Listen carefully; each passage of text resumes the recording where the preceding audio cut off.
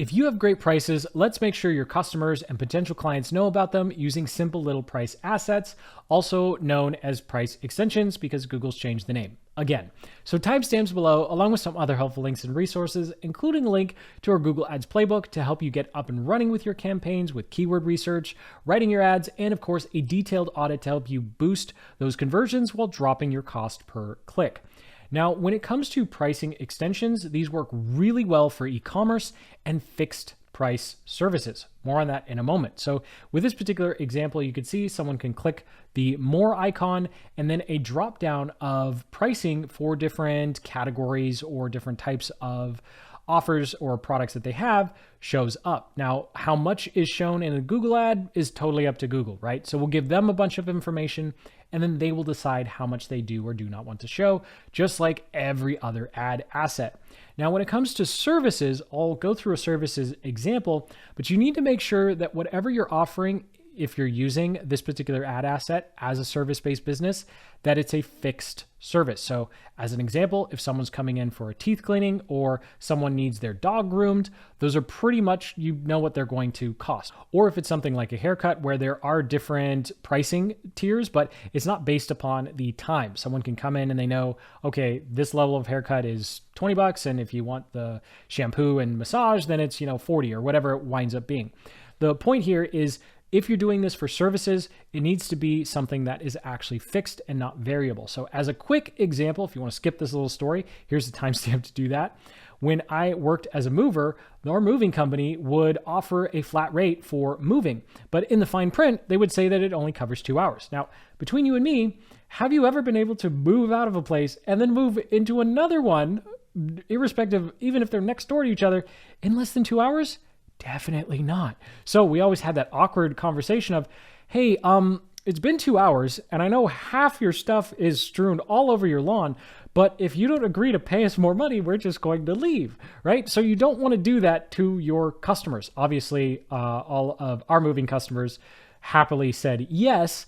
And then we found out that they were unhappy because then we got a terrible tip. But hey, the company made more money and that's what they were concerned about, not necessarily our tip or people yelling at us. So I digress. The point is, you don't want to put your customers in that situation where you have a certain price in the ad and then they start working with you or getting through something and then you're like, oh, well, actually your yard is way bigger than I thought, right? And I just quoted you a flat price and I forgot to think about the square footage of your yard or driveway for my landscaping services, right? So I probably spent way too much time on that. So let's go ahead and go through some examples of what you might do with your pricing. So obviously, if you have any sort of discounts or if you have any sort of doorbuster offers, and so this is where you might have an offer that is significantly cheaper than your competitors. So you can include this in your ad and you can say up to or starting from, or you'd say starting from $14.99 or starting from $54.99. And as long as you have one product, you're good to go there. So for example, a clothing store might have dresses starting at $24.99 and maybe only one dress is $24.99 and the rest are like $50 or $60. Or maybe you have a software company that has various pricing plans and you can highlight those in the ad. Or maybe we're looking at a travel agency providing packages and maybe the bare bones basic 4-day tour starts at $2.99 and goes up from there. So essentially what you want to do is look around whatever you have to offer and choose the cheapest thing and put that in the ad to get people to click. And of course, we've all had that experience on Black Friday, Cyber Monday. You see that big sign says everything's 70% off, and then you walk through the door and it's like socks, right? And then everything else is like 15 or 20%. You go, come on, really? Really? Well, we all saw what happened to JCPenney when they tried the everyday low pricing strategy. So it might seem gimmicky, but it definitely works. So start with your low prices to get people in the door. You can always change things if you get too many tire kickers. All right, spent way too much time on that. Let's go ahead, jump into the ads interface and build this out. So under ads and assets, as usual, for everything we do with ad assets, we'll go ahead and click on the plus button. I'll come down to price. And of course, we can do this at the account or campaign level. I'm going to go ahead and select an individual campaign here, click on done. And that's because I want these prices to be specific to whatever the campaign is actually about. And then you can go ahead and select type here. Now they have lots of options, but I'm just going to go ahead and select service tiers. And then if you have any qualifiers, as in starting from or up to or average, I like using from because that allows us to put the lowest price possible and make us look really, really good, even though if it's the bare bones service. Sometimes that's just what we need to get people in the door. So I'm going to say from, and then I'll just say Facebook ads optimization from $4.95.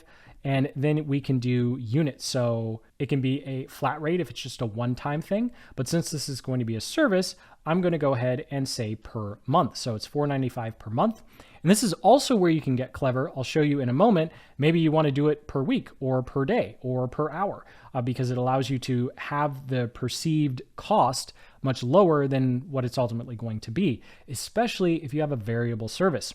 Obviously, e-commerce is a lot more straightforward. So we'll go ahead and drop in a quick little description here. It's only 25 characters, not going to be able to do too much with it. And then, of course, the final URL. So this is important. You want this final URL to be the sales page for whatever the product or service is. Don't send everyone to the homepage, right? We're segmenting people based upon what they specifically want. So I'll go ahead and skip the mobile URL for now, and I'll quickly go through these next two. So I'll drop in, let's say, Facebook ads writing, and it's going to be 30 per hour. And then we'll have Facebook ad reporting from $10 a week, right? So it winds up being about $40 a month. So, but $10, if we come back up to our example here, I'm going to go over to desktop so you can see. So now we can say $10 a week. So it is $40 a month because, or some months might have a little more depending upon the weeks. But what we're doing here is we're allowing ourselves the ability to have a lower perceived cost to getting started. So would you want to bill someone $10 a week for that kind of service? Probably not. It's kind of silly and it's probably going to rack up more credit card merchant account fees than you really need to deal with.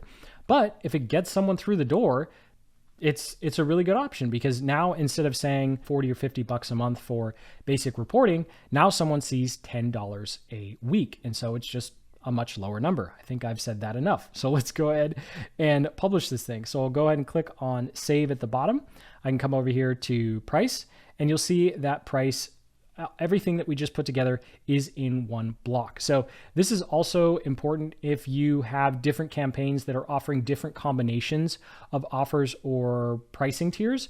You can, of course, test them. So maybe you have this one shows things on a monthly or hourly basis, and then the next one shows them on a weekly or flat fee basis, right? So you can also play with what the pricing is, and Google will try and figure out which types of pricing that you're presenting works the best in terms of getting you customers. So there's a lot to test here.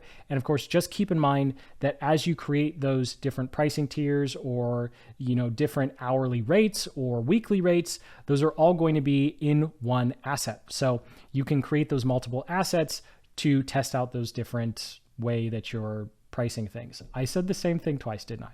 I said the same thing twice. That's all there is to it, to setting up your pricing. So thank you so much for watching. Sincerely hope you got some value out of this video. Most importantly, you're all set with pricing and you have some ideas to test to get more clients and customers through the door. So hit that like button, subscribe for more marketing guides just like this one, and make sure you check out that link in the cards and the description to our Google Ads playbook to help you with your keyword research, writing your ads, and of course, optimizing your campaigns, those key places where we can start to boost conversions and lower your cost per click. So until the next, keep building the business you love.